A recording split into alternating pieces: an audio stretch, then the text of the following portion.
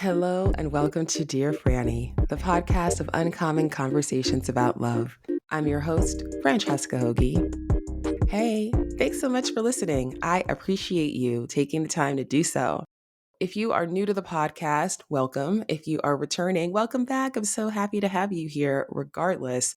And as you might already know, each week for the remainder of 2021, I am discussing a different topic related to your dating journey. And this week, I'm talking all about dating self care. Dating self care. This is not a concept that I hear talked about very often, if at all. I'm sure I've heard it talked about sometime, but it's hard to remember because usually this is how people approach dating, in my experience, in my opinion, which is it's expected to be hard. It's expected to be exhausting. It's expected to be an unpleasant thing that you have to endure in order to get to the relationship. It's a necessary evil, is how I see many people approaching dating. And the thing is that there certainly is a way to go about dating where it is going to be hard and it is going to be a struggle and it is going to feel like a necessary evil. But those of you who are familiar with me know that I am all about dating with intention. And dating with intention is all about slowing things down, being very clear on what it is that you are looking for in terms of the relationship that you want to have, in terms of how you are going about finding that relationship, right? In terms of who you are giving your energy and your attention to on your journey, because that's everything. Because if you are looking for a committed relationship, and yet you are continually attracted to and attracting people who are very non-committal, it's going to be difficult, right? So, dating with intention is all about taking a step back and making sure that your actions in dating are aligned with your actual goals and what you want to achieve, right? In terms of the relationship that you want to have. This is not an episode all about dating with intention, because that's a whole other topic. And by the way, dating with intention, what it means and how to do it is one of the topics that I covered in the True Love Society recently, one of our master classes. So I want to give a shout out to the truelovesociety.com, which is my membership community for single women. And I do monthly master classes in that community. The last one was on this topic of dating with intention. There is a recording of that. There's replays of all of the master classes, all of the Q&As, all the workshops that we do within that community. So if you are interested in checking that out, please do. The truelovesociety.com. Membership is $25 a month. It includes access to everything, and you can cancel at any time. So I want to give you that resource to go deeper into the topic of dating with intention. But for this episode, I want to specifically focus on dating self-care, which is part of dating with intention. The harder dating feels, the more it's going to stress you out. And the more stressful that dating is for you, the more difficult it is for you to feel confident that you can actually find the love that you want, that that's available to you, the more difficult it will feel to stay motivated in dating. And the more likely it will be that you will settle. You will settle for a relationship that is not based in mutual respect, emotional and physical intimacy, emotional and physical safety, joy, and commitment. It's going to be hard for you to hold that standard for yourself if the process of dating just feels like, oh my God, this is so hard and I'm never going to meet anyone. And by the way, I know that feeling because I have been there. One of the biggest gifts that I kind of stumbled upon during my dating journey when I was still single was to recognize, oh, wait a second, I don't like going on dates after work in the middle of the week. This is a very small example. But when I realized that, I was like, you know what? When I go to a date after work, first of all, I'm kind of rushing, right? I'm always rushing back in those days, back when I was a lawyer, which is what I used to be. I used to have long work days but I wanted to date and I wanted to meet someone. So I was dating actively for many years while I was practicing law. And I recognized like, yeah, it's stressful for me to show up on a date after work, after a long day of work. It's stressful for me to show up on a date knowing that I have to get up early in the morning. Half the time while I'm sitting there on the date, I'm thinking about, oh my God, I have to get up so early. I'm going to be so tired, even when I was having a good time. So that is not conducive to being present on a date, to showing up as your best self, to showing up with an open heart, ready for connection. If you have the distraction of, oh my God, I'm tired, or oh my God, I can't believe how early I have to get up in the morning, or oh my God, what time is it? And da, da, da, right? So I stumbled onto recognizing okay, wait, I've got to make some rules for myself, right? I'm not going to go on dates on Tuesday nights, Wednesday nights, Thursday nights anymore. It's just tiring to me. So I'm going to keep my dates to the weekends, maybe a Friday, right? After work, because that, kind of excited Friday after work. Maybe I'll do that. But I knew that I wanted to focus on the weekends. I knew that I wanted to make sure that I was being realistic about, okay, I can be there on time and it won't be a rush, right? Because that's another thing. You say yes to, okay, sure, I can do that. And then you're rushing and then you're texting, I'm running late. I didn't want to do any of that anymore. All that did was make me feel really frazzled and added to the stress of dating. So I want you to start with asking yourself, when it comes to dating, if you are actively dating right now, how are you doing it, right? When, how, where, and how does that feel for you? Are you feeling overwhelmed? Are you feeling like this is a good pace? Is it stressful? How can you start to be more strategic? Because when it comes to self-care, this is all about asking yourself two questions, okay? This is self-care in general, but specifically dating self-care. I want you to ask yourself two questions. Number one is, how do I want to feel? How do I want to feel when I go on a date? How do I want to feel when I show up on a date? Even if that date doesn't turn out, to be the love of your life, because they're not all going to be, that's okay. Dating is a process. It is a sorting process. However, how do you want to feel? So just start to ask yourself, okay, knowing what your goals are, what mental state, emotional state is going to be the most conducive for you to show up and on a date and to achieve those goals, right? So do you want to feel confident? Do you want to feel sexy? Do you want to feel relaxed? Do you want to feel very deep in your self-worth, which is what we talked about on last week's or 2 weeks ago, 2 episodes ago of the podcast. If you missed that, check it out. How to feel more worthy, how to feel more self-worth, super, super important. So you want to just be honest with yourself and check in, okay, well, how do I want to feel? That's the first question. And then the second question is, what action or actions can I take to support myself in feeling this way? So I want to give you some ideas here in terms of these actions.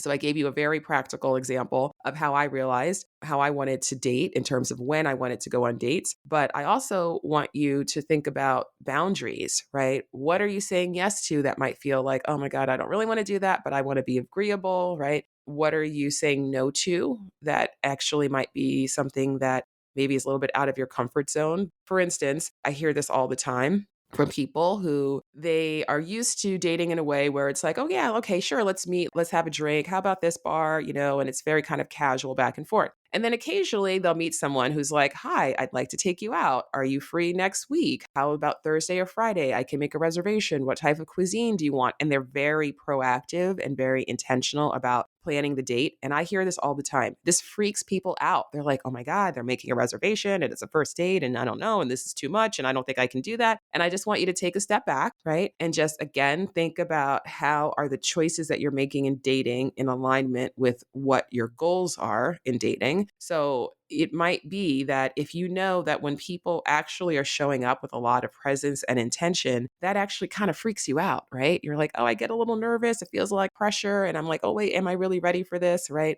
Very normal fears. And if you are actually ready for a relationship, it's important for you to understand that I actually need to date the people who are putting in that effort, right? I need to date the people who are being that intentional. Maybe going back to the self-care and going back to the questions that I want you to ask yourself. So in terms of what action or actions can you take to support yourself in feeling more confident or feeling more worthy or feeling more brave to be more open-hearted to someone who is showing up in an open-hearted way, for instance, then maybe the actions are, I need to say no to the people who aren't that. Maybe the actions are, I need to be very intentional. If you're on a dating app and you see that somebody is expressing their desire for a relationship that sounds awful a lot like what you're looking for, maybe the action is, wow, even though it might feel scary, I'm going to reach out to that person or I'm going to respond to that message or I'm going to swipe right or what have you. So I really want you to be that practical, right? When you're thinking about this, this is not some theoretical, lofty thing. What are the actions or actions? A lot of the times saying no is really what needs to happen. A lot of the times it's not a matter of adding new actions, but it is a matter of taking some things away that no longer serve you. But also, I want you to expand your vision because maybe you say, you know what would make me feel really amazing going on a date is if I could have a bath and I could listen to some music and I could have a good workout earlier that day. And I just feel like, yeah, I'm taking good care of myself. I'm feeling strong and connected to my body. And that's how I want to feel when I go on a date. Amazing. How might that change your dating experience if you actually showed up on a date feeling that way? How would that change your actual dating experience if you had a pre-date routine? And this is another thing I want you to think about, right? In terms of how you want to feel and what's going to support you in feeling that way. Maybe you need that pre-date routine. Maybe you need to take a bath, or you need to turn on your favorite song and dance, or you need to meditate, or you need to journal, or whatever it is, or you need to call your best friend and get a pep talk. I mean, whatever it is that you need, like, I want you to be honest with yourself, and I want you to get that support because you deserve it, right? So what would make you feel good before a date? What make you feel good on a date, right? How do you want to debrief after a date? I really recommend after a date that you take a few moments and you say, okay, well, what did I like about this person? What maybe wasn't connecting? I want you to give yourself credit for anything that you've done that is out of your comfort zone, right? If you're like, wow, I was actually really vulnerable and they asked me what I was looking for, I didn't kind of hedge like I used to. I actually told them what I'm looking for. That's amazing. I want you to celebrate that. The more you can identify and celebrate those wins, the more confidence you're going to feel in the dating process. And I also want you to be very intentional about how can you start to celebrate, right? How can you start to bring that intention even when it didn't work out? Even if you're never going to see that person again, maybe a good practice and a good exercise for you for the time being is to find 3 things to be grateful for about every date that you went on. Even if you never see that person again, even if it's now I know that I'm not interested in dating someone who XYZ, right? Now I know maybe the lesson is very small example. Actually, no, this is a big example, but it doesn't have to be this dramatic in your experience. But its example is I dated a guy for about 6 months when I was 29 years old who stood me up on my 30th birthday, stood me up in a restaurant, the whole thing. Okay. And even though that was not a pleasant experience, being stood up on your birthday, being stood up at any time, it would not be pleasant. Though that's actually the only time it's ever happened to me. It happened in very dramatic fashion. But when that happened, obviously things are not going to work out with that guy because I never spoke to him again. He did call, by the way, for those who are wondering, wait, what happened? He did call me again months later, out of the blue, like nothing ever happened. Anyway, no, I did not speak to him. No, I never saw him again. Oh, actually, I did run into him once, but other than that, I did not ever see him again on purpose. But in that case, I said, you know what? I had to be honest with myself and say, you know what? I dated somebody for 6 months who I actually didn't really like that much. And my intuition was telling me this is not the person for me, but I was forcing myself to date him anyway. So the lesson that I got out of that was I'm never going to ignore my intuition that's saying there's something about this guy that just isn't right. I couldn't put my finger on it, so I ignored it. But then in the end, I said, you know what?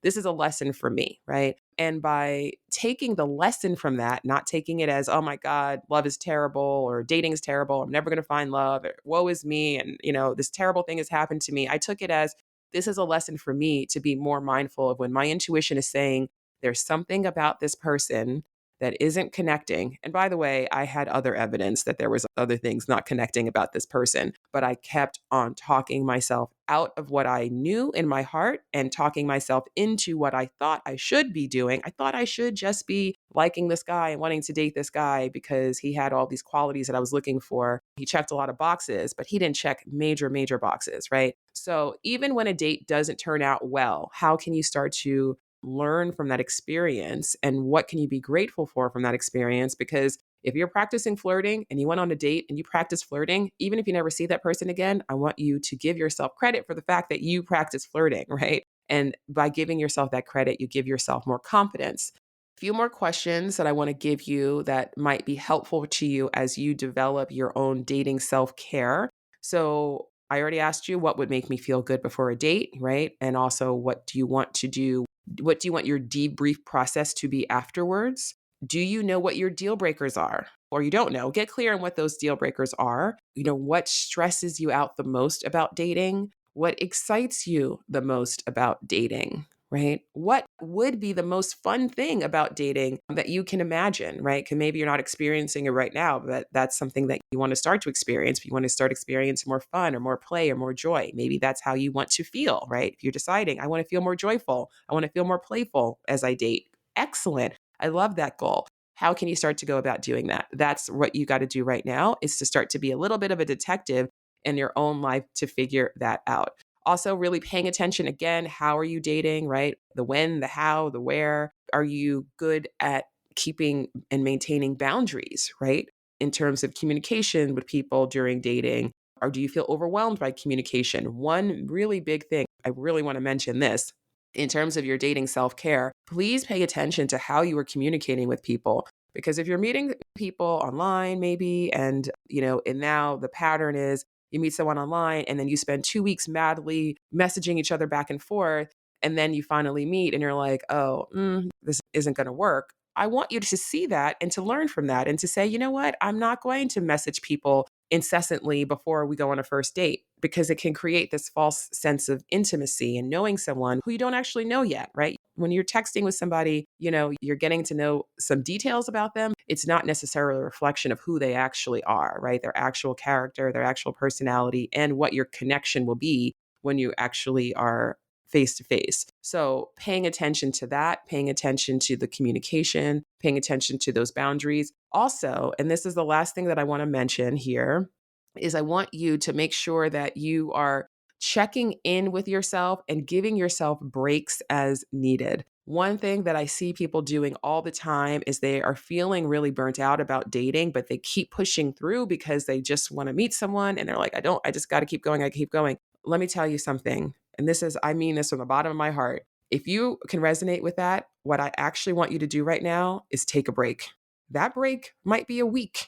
That break might be a month. The taking a break might literally just be you take 2 days off the apps and you're like, I'm not going to swipe for 2 days, right?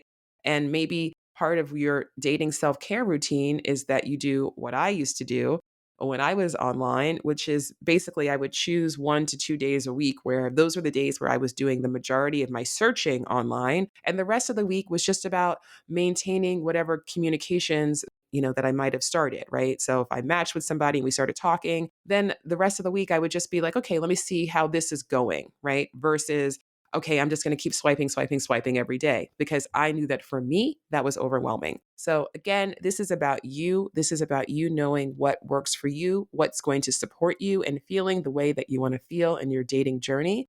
Because the more you're able to feel that way, the more you're able to set yourself up to win, the easier dating is going to be, the more fun you're going to have, the more connection, the more flow. And obviously, it's going to be a lot easier when you are in that state to meet a really great person, a really great partner, whether you are looking for someone for the rest of your life or you're just looking to date some great people right now or somewhere in between. That is all available to you.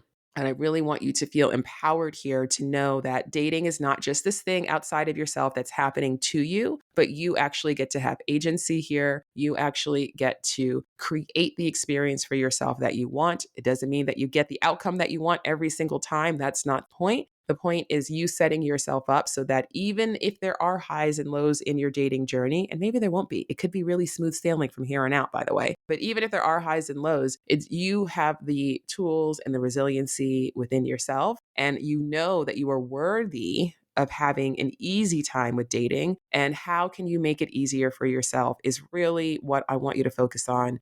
That ease, that flow, that joy.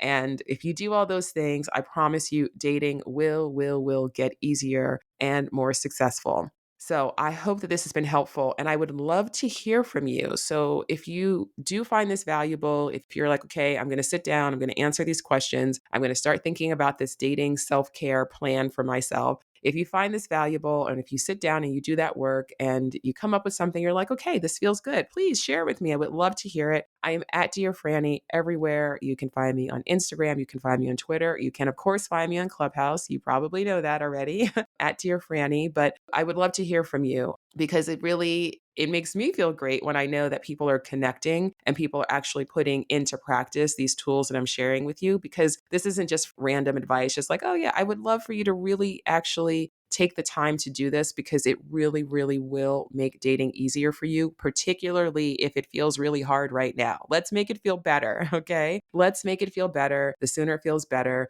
the easier it's going to be, the more successful you will be in dating. So, would love to hear from you on that. Please stay in touch. As I said, I'm at Dear Franny everywhere. And I am also going to invite you again to check out thetruelovesociety.com for those of you who are interested in joining that membership community. Incredible women who are all on their dating journey and supporting each other throughout that process. And I, of course, am there to support you all within that community. And you can also join the True Love Society on Clubhouse, which is totally free. The membership community is $25 a month. The Clubhouse is totally free. So you don't get as much in-depth coaching on Clubhouse, but you still get a lot of value. And I would love for you to join us for Manifestation Mondays and for True Love Tuesdays, all at 4 p.m. Pacific, 7 p.m. Eastern Time. That's here in the US.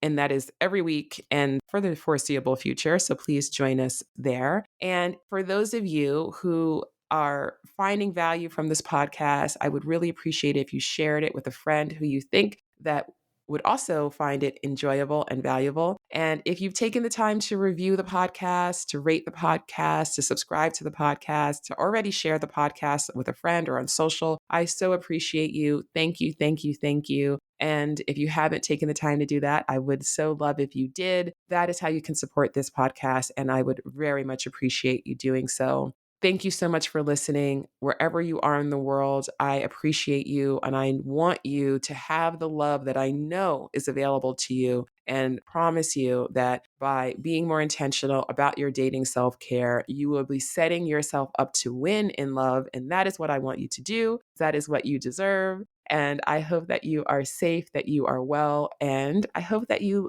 check us out next week for a brand new episode of Dear Franny Podcast. Until then, take care. Goodbye.